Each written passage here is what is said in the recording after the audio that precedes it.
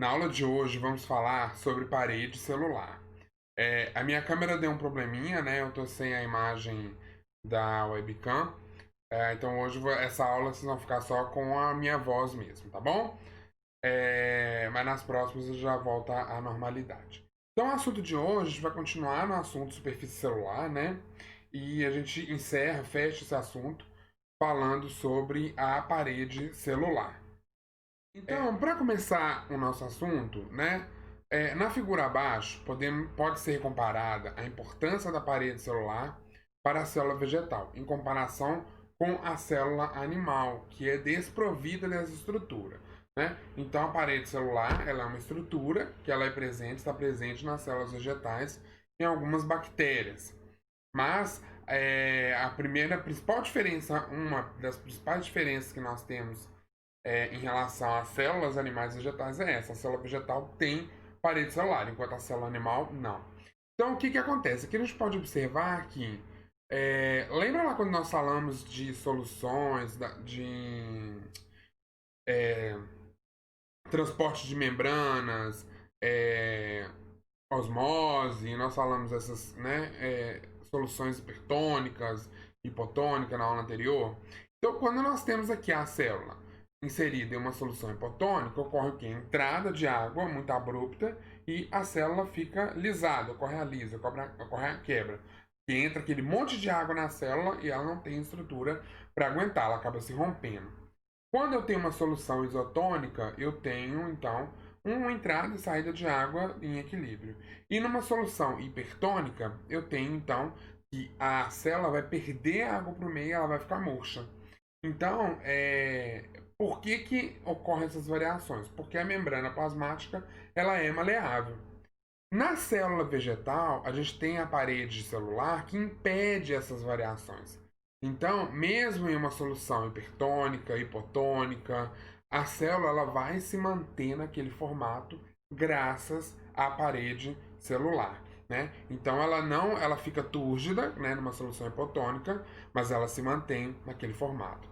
Quando ela está em uma solução isotônica, ela fica mais flácida, mas ela se mantém com o mesmo formato.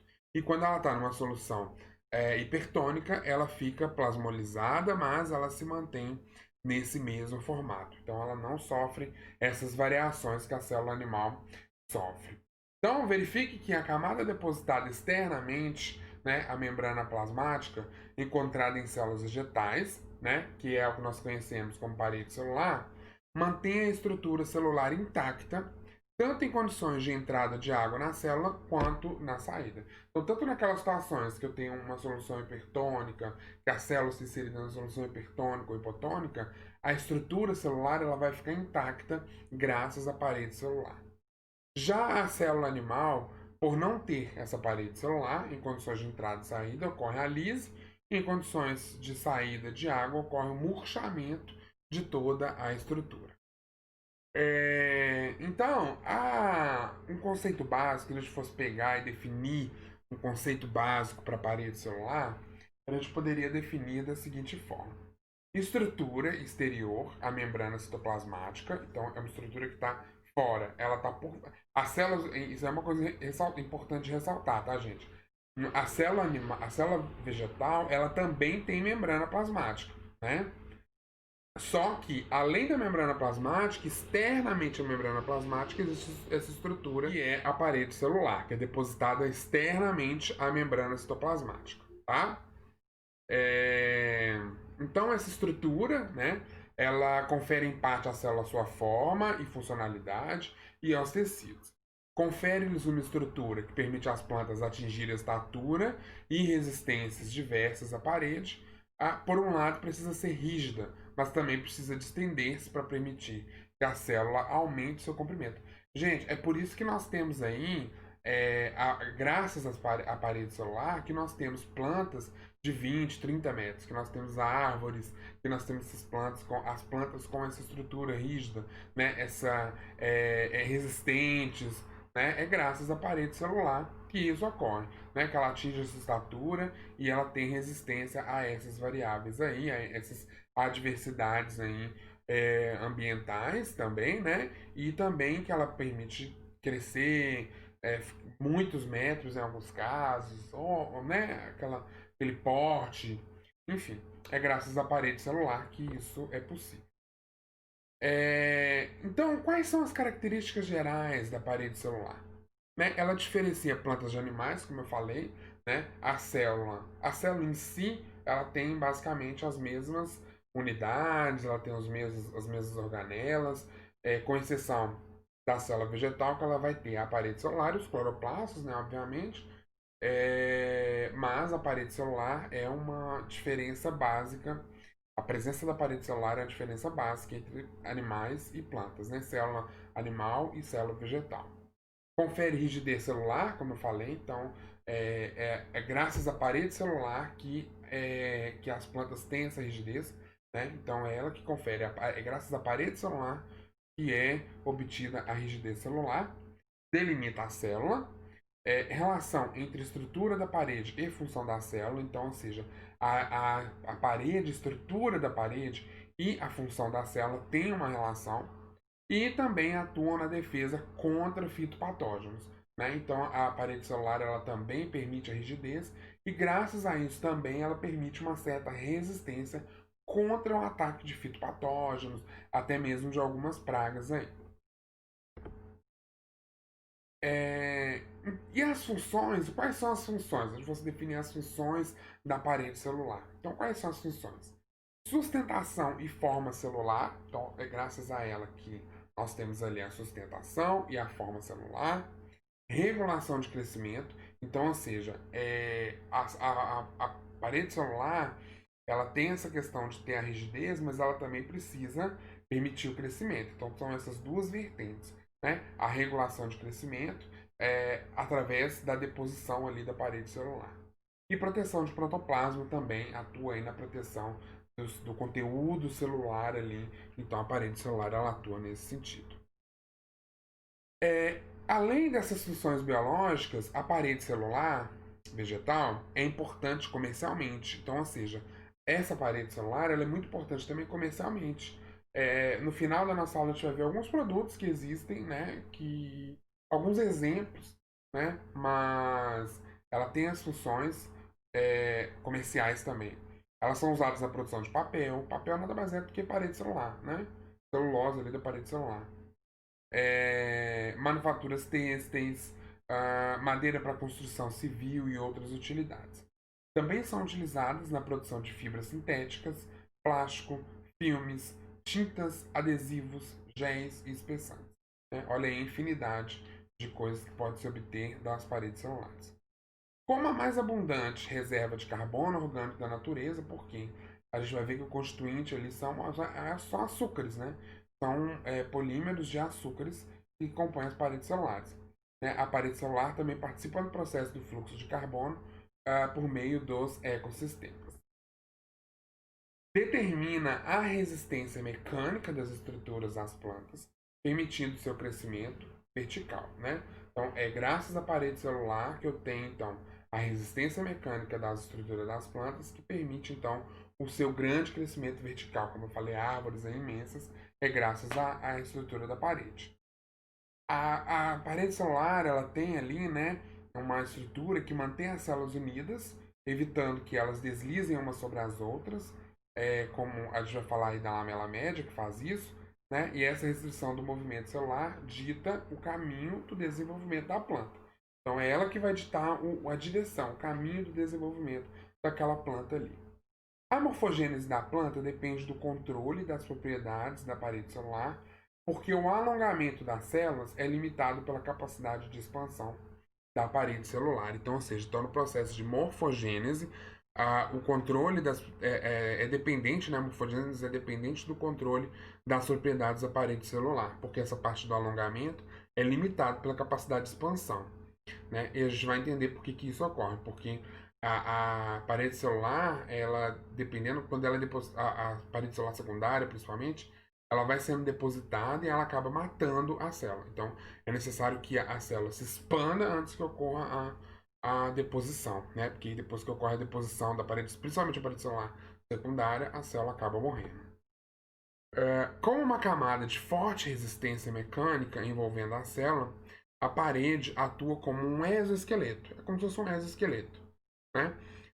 Que controla a forma da célula e permite o aparecimento da pressão de turgescência. Então, ou seja, então ela funciona ali como um processo, como um exoesqueleto mesmo, né? Ela funciona ali como um exoesqueleto, com uma estrutura que dá rigidez, que dá um suporte para a célula ali, permite o aparecimento então dessa pressão de turgescência, né? Graças ali à parede celular. A parede celular é essencial para as relações hídricas da planta porque ela determina a relação entre a pressão de turgescência e o volume celular.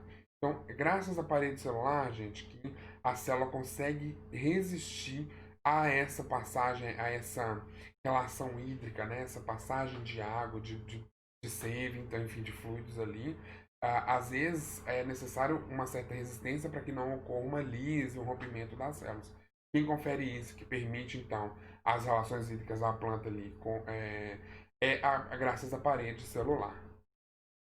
O fluxo de água da transpiração no xilema requer uma parede mecanicamente forte, né? Que resista ao colapso em resposta à pressão negativa no xilema. Então, a água ela passa no xilema graças a uma pressão negativa. E isso vem com uma certa força, né? E para que a célula resista a essa força, essa pressão, é necessário, então, que a parede celular seja mecanicamente forte.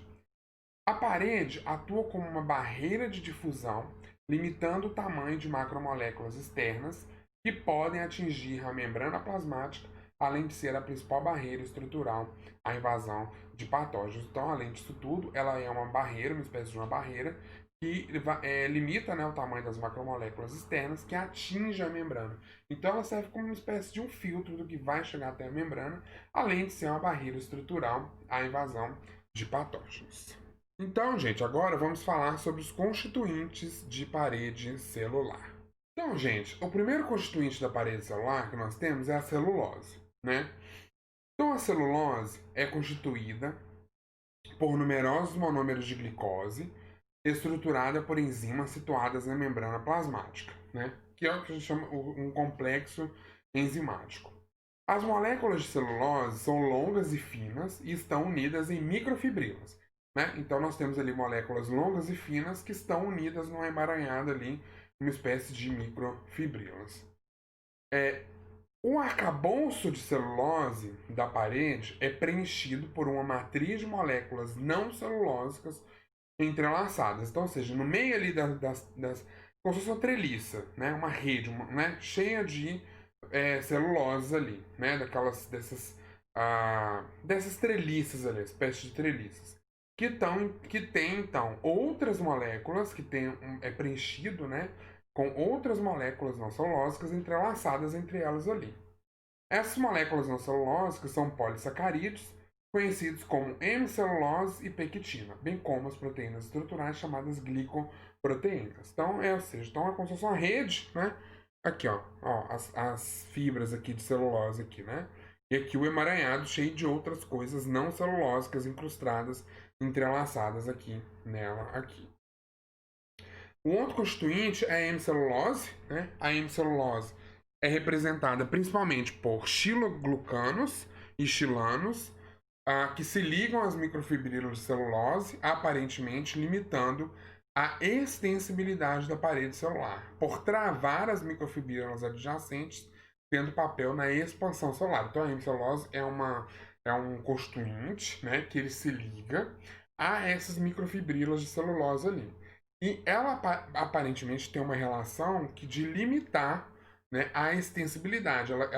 Tipo assim, ela não permite que tenha aquela certa elasticidade. Ela trava, ela segura vamos falar elasticidade, mas essa extensibilidade, né, que teria se não fosse a hemicelulose, né?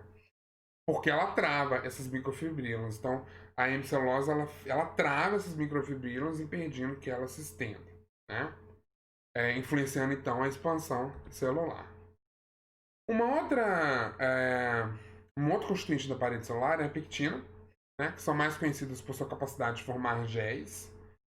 são características das primeiras camadas formadas na parede celular, né? Então, ela tem essa capacidade, a pectina aí, ela tem essa capacidade de ser essa estrutura, esse componente que forma géis, né? Que são características das primeiras camadas formadas na parede celular. Então, as pectinas são polissacarídeos muito hidrofílicos, então tem muita afinidade com a água, que absorvem água para dar flexibilidade e capacidade de expansão à parede. Então, em contrapartida, enquanto a hemicelulose lá ela travava, a pectina não, ela dá é o oposto, né? Então, ela é muito hidrofílica, absorve água e dá uma certa flexibilidade e capacidade de expansão à parede.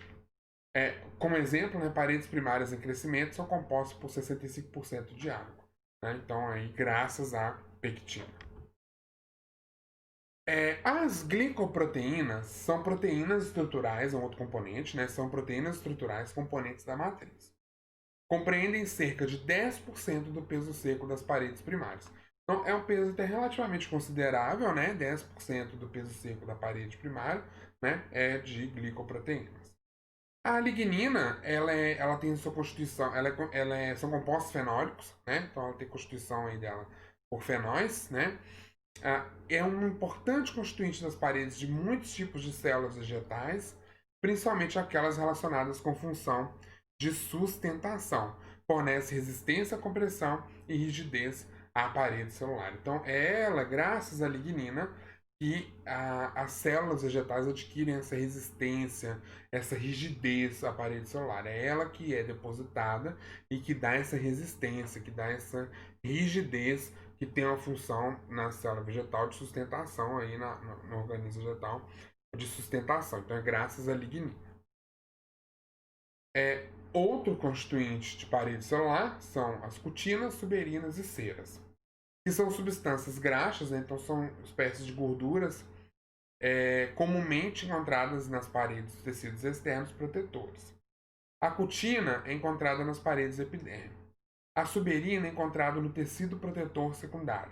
E as ceras, as duas substâncias anteriores, ocorrem como ceras e têm a função de reduzir a perda de água da planta. Então, ou seja, a gente tem muitas espécies aí do semiárido, espécies que estão em um local de muita incidência solar, vocês podem perceber que são folhas muito coriáceas, né? Muito grossas, espessas, e isso é graças a esse depósito de cera que tem uma função aí de reduzir a perda de água na planta. Por isso que ela é uma substância graxa, ela é um tipo de lipídio, né? Então, e a gente sabe que os lipídios eles são extremamente hidrofóbicos. Então, não permite aí a saída de água. Aqui nós temos uma imagem, ó, aqui as microfibrilas de celulose, né? Ó, aqui fazendo uma aproximação cada vez maior, a gente vê que são cadeias de celulose que são monômeros de açúcar, né? Que formam essa celulose aqui. Aqui a gente tem um emaranhado, mostrando o emaranhado. Então aqui a gente tem a membrana da parede celular, ó, aqui embaixo aqui. Aí começa as microfibrilas de celulose, que são essas azuis aqui. Aí nós temos, ó, hemicelulose e lignina, é uma verde aqui, associada às microfibrilas de celulose. E a pectina, que são essas estruturas aqui, que formam esse emaranhado todo aí. Então aqui nós temos membrana plasmática, parede celular primária e lamela média. Né? Nós vamos falar que é a lamela média. Visto então os constituintes da parede celular, agora a gente vai falar sobre as estruturas da parede celular. Então a parede celular é uma estrutura muito resistente, composta por microfibrilas do polissacarídeo chamado celulose. Né? Então nós vimos aí, já falou que são essas microfibrilas que são as celuloses. Ela envolve a membrana plasmática e em sua estrutura possui poros que funcionam como filtros em relação ao meio externo. Então, ou seja, mais uma vez, a gente vai reforçar. A célula vegetal tem membrana celular, mas externamente à membrana celular há a parede celular. Mas a parede celular ali, ela é rígida, como é que faz para comunicar entre as células? Entre célula a célula, né? Como é externo àquela célula. Então, isso acontece graças ali a uns poros, né? Que são que funcionam como filtros em relação ao meio externo. Né? Então é ele que faz essa comunicação. A lamela média é uma camada rica em pectina que mantém juntas as paredes primárias de células adjacentes. Então, a lamela média ela está entre a parede celular de uma célula e a parede celular de outra célula, e é ela que mantém. Lembra lá que a gente falou que a pectina é um composto extremamente hidrofílico, que tem a capacidade de formar géis? Então, é ele que une, que junta ali as paredes primárias de células adjacentes. Aqui nessa foto aqui, a gente pode ver bem isso, ó. Aqui, ó. A parede primária, né, de uma célula 1 e célula 2. E aqui no meio, ó, a lamela média, ó. Esse que tem aqui no meio das duas células aqui é a lamela média composta por pectina, que permite que elas fiquem bem aderidas, que elas fiquem bem agarradinhas. E aí, a gente até viu na imagem anterior, parede primária, parede secundária, o que é isso? Então, a parede primária é depositada antes e durante o crescimento da célula. Ou seja, é ela que começa ali, né? Depositada antes e durante o crescimento da célula. As paredes primárias são compostas por celulose, hemicelulose, substâncias pépticas, proteínas, aí vem as glicoproteínas e as enzimas e água. As paredes primárias também podem conter lignina, suberina e cutina. Nas paredes primárias tem um negócio que chama campos de pontuações primárias. O que quer dizer isso? As paredes primárias não têm um espessamento uniforme. Então, o espessamento daquela parede ali não acontece de forma uniforme. Então, tem algumas áreas que elas se apresentam mais finas de campos de pontuações primárias. Então, ela se apresenta ali mais fina desses campos ali de pontuações primárias. Olha aqui como a gente pode ver na foto. Então, a gente tem aqui que em alguns locais o espessamento da parede celular, olha aqui, ó, aqui a gente consegue ver bem. Ele é mais fino, né?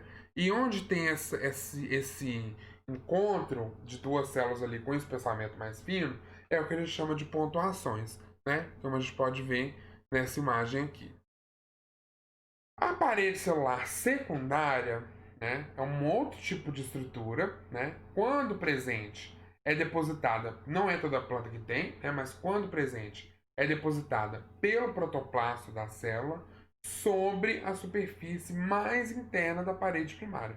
Então, é uma camada que vem mais internamente ali à parede primária. É formada basicamente por hemicelulose, que compõe a matriz, e celulose como aporte de lignina.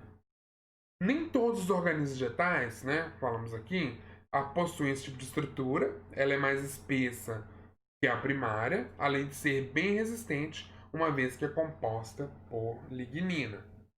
Possui um teor de água menor que a primária, ou seja, de 20%. Então aqui já tem o quê? Um teor de água muito menor do que na parede primária. Né? A parede secundária tem um teor de água menor do que na parede secundária. Do que na parede primária, desculpa. As paredes secundárias, então, limitam o espaço e conferem maior rigidez. Então, graças a podemos dizer assim, que a célula ela vai morrer a partir do momento que começa a haver a deposição de parede secundária. Porque vai ocorrer a deposição da lignina, vai matar a célula, e aquela célula vai ter então uma rigidez, vai ser conferida então uma rigidez àquela célula, graças à deposição da parede celular secundária. Aqui, já falei, né, que a parede tem um teor de água secundária, né? Menor que a primária, então, ou seja, de 20%, enquanto na primária nós temos ali em torno de 60%, na secundária nós temos 20% de água. Podem ter formas e composições muito diversas, né? Então, por exemplo, as fibras de algodão são exemplos de parede celular, que consistem em aproximadamente 98% de celulose, e células como escléridos e tecidos vasculares, cujas paredes secundárias se tornam muito espessas, sendo também compostos predominantemente de celulose. A parede secundária pode ter também outros constituintes, como polissacarídeos não celulósicos, proteínas e compostos aromáticos como a lignina. Aqui um exemplo da parede celular, a camada de paredes celulares secundárias de lenho, madeira do carvalho vermelho. Então olha aqui para vocês verem. Ó. Aqui a gente tem a parede primária. né? A parede primária está aqui, ó. Logo aqui em vermelho, que é atrás da parede primária, a gente tem a primeira deposição de parede secundária. Atrás dessa primeira deposição tem a segunda deposição, aqui ó, S2, segunda deposição de parede secundária. E logo atrás a gente tem a terceira deposição de parede secundária. Então ela vai ocorrendo para dentro da célula, né, e vai ocupando aquele espaço, pedindo ali o crescimento e ocupando aquele espaço celular ali. Aqui entre as células nós temos a lamela média, né, como nós falamos, que ela permite então a união das células. A parede secundária ocorre principalmente após a célula ter cessado o seu crescimento, então, ou seja, a deposição de parede secundária ela só vai ocorrer quando o indivíduo já foi um indivíduo adulto, vamos por exemplo assim. Ou quando aquela célula, não necessariamente adulto, né, mas quando aquela célula ali, ela já atingiu o seu máximo de crescimento, né, não vai crescer mais, e aí então vai vir então a deposição da parede secundária. E a parede primária não aumentar mais a superfície. Então a parede primária também não aumentar mais a superfície e a célula já tiver atingido então o seu máximo crescimento. Porque você tem indivíduo adulto, porque às vezes a gente tem ali mudas, você percebe que o indivíduo, a planta jovem, muda, ela é maleável, né? Ela é uma planta que ela não tem resistência. Quando ela vai crescendo, ela vai então lignificando e vai ficando rígida e vai ficando ali com esse aspecto mais rígido, mais firme, né? Mas não necessariamente. O que acontece é que a parede secundária só vai ocorrer quando a célula parou o crescimento e não tem mais o crescimento, né, o aumento da parede primária em superfície. Qual que é a função da parede secundária? É aumentar a resistência, particularmente em células especializadas, como o xilema, nós falamos lá atrás, e naquelas envolvidas na condução de água. Nessas células, o protoplasto morre após a parede celular secundária ter sido depositada. Então, essa deposição vai acontecendo e aí acaba que a célula acaba morrendo, né? Aqui nós temos uma outra foto, né, para a gente ver essa questão da parede celular. Aqui, ó, a lamela média, ó, essa marrom aqui, né?